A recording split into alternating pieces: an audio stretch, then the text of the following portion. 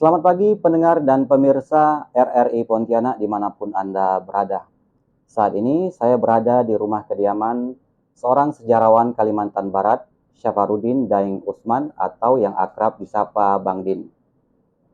Nah, pagi ini saya akan berbincang dengan Bang Din terkait fenomena semarak atau kemeriahan memperingati hari ulang tahun HUT RI yang sepertinya semakin menurun setiap tahun. Namun, apakah memang demikian atau justru sebaliknya? Nah, kita akan mendengar paparan dari Bang Din terkait fenomena tersebut. Eh, Bang Din, bagaimana Anda melihat pergeseran semarak atau kemeriahan menjelang hari ulang tahun Republik Indonesia, khususnya di Kalimantan Barat pasca sejak era reformasi? Apakah memang ada penurunan atau sebenarnya meriah tapi sudah mengalami perubahan bentuk? Selamat pagi para pendengar Radio Republik Indonesia dimanapun berada. Pertama sekali mengucapkan Dirgahayu 80 tahun Republik Indonesia Merdeka. Merdeka. Sejak reformasi kesininya, saya melihat suasana bukan kemeriahan, memeriahkan. Hari ulang tahun kemerdekaan itu sangat redup. Kalaupun meriah itu meriah di para penyelenggaranya. Tapi di tengah masyarakat ada kesan seakan-akan mereka itu tidak begitu antusias lagi. Bahkan boleh dikata masyarakat itu melihat itu sebagai sesuatu yang biasa-biasa saja. Ulang tahun kemerdekaan maupun tidak ulang tahun kemerdekaan, suasananya seperti itu juga, redup. Kita flashback sedikit. Di masa sebelum reformasi, kita melihat katakanlah 1 bulan sebelum hari puncak ulang tahun kemerdekaan itu, di mana-mana masyarakat mulai dari anak sekolah sampai ke masyarakat dewasa, terutama ibu-ibu, PKK, Dharma Wanita, jangan sebutlah bapak-bapak dari instansi segala macam itu, menyiapkan diri, berbaris, latihan baris berbaris. Karena waktu itu ada yang dikenal dengan gerak jalan. Gerak jalan indah, gerak jalan sehat, 45 kilo, 17 kilo. Dan saya masih mengalami itu, 45 kilo itu. Antara lain dari Spadio ke depan, dulu namanya depan Kodam. Subuh-subuh kita itu udah bergerak. Dan orang itu tidak mengharap dapat piala, dapat penghargaan, dapat hadiah. Bukan itu. Yang diharapkan orang itu, dia menunjukkan begitu cintanya, begitu maraknya dia menyemarakkan ulang tahun kemerdekaan itu, sekaligus memberikan arti dan makna dari ulang tahun kemerdekaan. Namun itu dulu. Kita lihat di tengah masyarakat dulu, ada panjat pinang, ada tepuk bantal, lomba menangkap bebek di sungai, menangkap belut di parit, kemudian lomba memancing, lari karung, dan lain sebagainya. Tapi kalau kita nyebut itu hari ini, anak-anak muda yang ada itu seakan-akan bertanya, apa sih itu? Apa itu? Nah, mereka gamang dan mereka merasa asing dengan barang-barang yang saya sebutkan tadi. Tapi bagi kita yang pernah mengalami, itulah dulu, itulah kenangan kita. Nah, dari apa yang saya sebutkan tadi, ini nampak suatu pergeseran apresiasi masyarakat kita tentang memaknai hari kemerdekaan itu.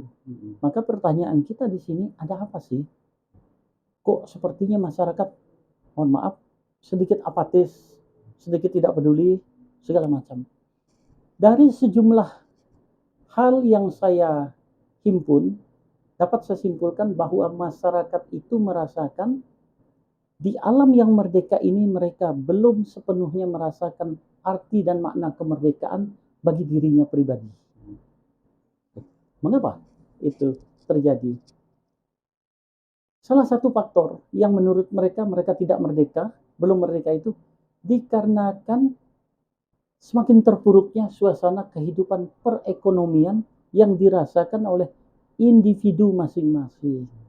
Nah, Bang Din, jika memang ada penurunan ya, menurut Anda faktor-faktor utama apa yang menyebabkan hal ini? Apakah karena perubahan ekonomi, perubahan pergeseran sosial atau mungkin karena perubahan nasionalisme di masyarakat kita sekarang? Masyarakat kita ini kurang apresiasi sekarang dalam memaknai arti kemerdekaan itu di hari ini, di hari tahun yang lalu.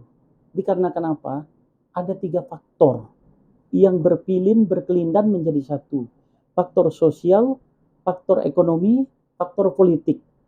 Faktor sosial, semakin renggangnya rasa kesetiakawanan sosial ini. Lo, gue.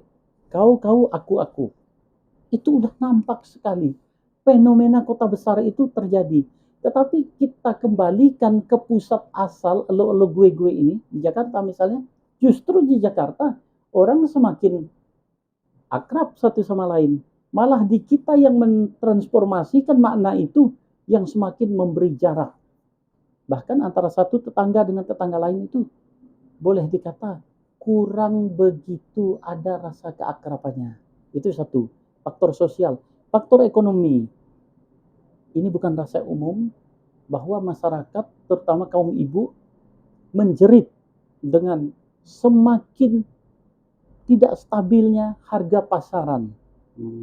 Mereka merasakan di pasar harga itu semakin membumbung tinggi. Sementara uang yang didapat dari suami, katakan begitu, dengan standar yang normal untuk berbelanja. Sedangkan untuk menuntut ditambah lebih kepada suami, kepala rumah tangga, apa yang mau diberikan lebih? Karena suami selaku penanggung jawab rumah tangga, itu pun mengalami ketercekikan ekonomi dalam pekerjaannya. Pendapatan lain tidak. UMR kita tidak stabil, benar. Masih standar-standar normal kan? Jadi sebagai pekerja, mereka merasakan bahwa tekanan ekonomi itu begitu menghimpit. 2 faktor itu. Lalu faktor yang ketiga yang tidak boleh ditinggalkan itu faktor politik. Di mana-mana kita melihat sampai orang ingin menutup mata ketika dia membuka medsos. Pertikaian, kegaduhan, keributan, hingar-bingar pendapat-pendapat tentang politik.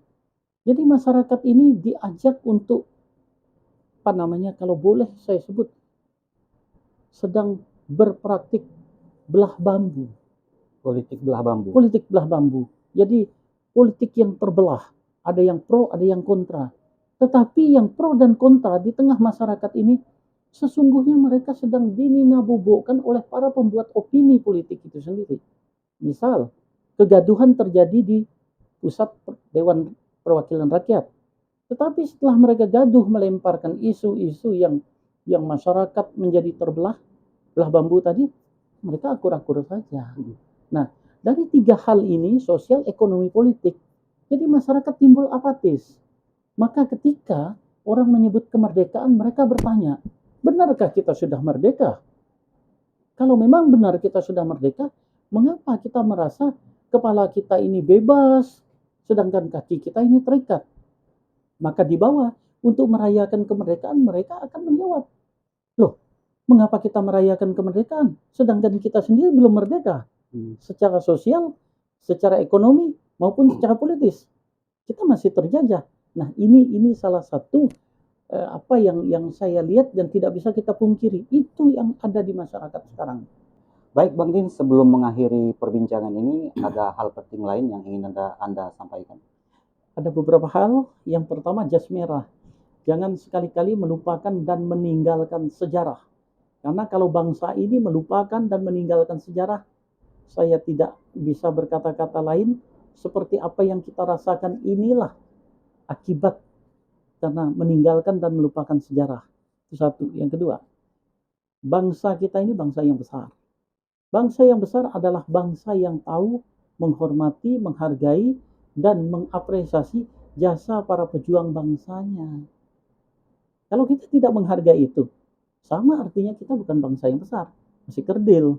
Dan yang ketiga, jangan lupa ada perjuangan di Kalimantan Barat. Jadi Kalimantan Barat itu jangan dipandang hanya mendapatkan dan menikmati kemerdekaan itu dikarenakan ikut-ikutan. Jangan. Tapi ada perjuangan di Kalimantan Barat dan tak sedikit yang berguguran dan berjatuhan untuk mengantarkan secara kolektif Indonesia merdeka. Mulai dari Mandor, mundur lagi ke belakang, yang dibuang ke Bopendigul yang kita kenal dengan Digulis.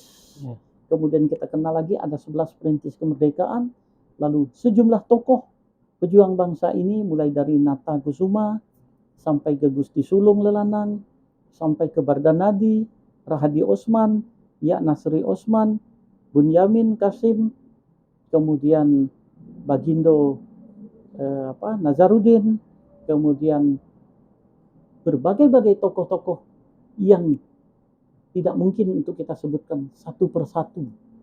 Nah, kemudian kita juga mengenal sejumlah eksponen Angkatan 45 yang hingga akhir hayatnya di alam kemerdekaan ini mencurahkan perhatiannya, memberikan apresiasi terhadap perjuangan mereka sendiri dan para pendahulu yang lainnya seperti Ibrahim Saleh, SH Marpawung, Ahmad Nur, Mahrus Effendi, dan lain dan sebagainya. Baik Bang Dim, terima kasih atas waktu dan penjelasan yang sangat mencerahkan ini. Pendengar dan pemirsa, demikian tadi perbincangan saya dengan sejarawan Kalimantan Barat, Syafarudin Daeng Usman. Terima kasih, selamat pagi, dan sampai jumpa di lain waktu dan kesempatan.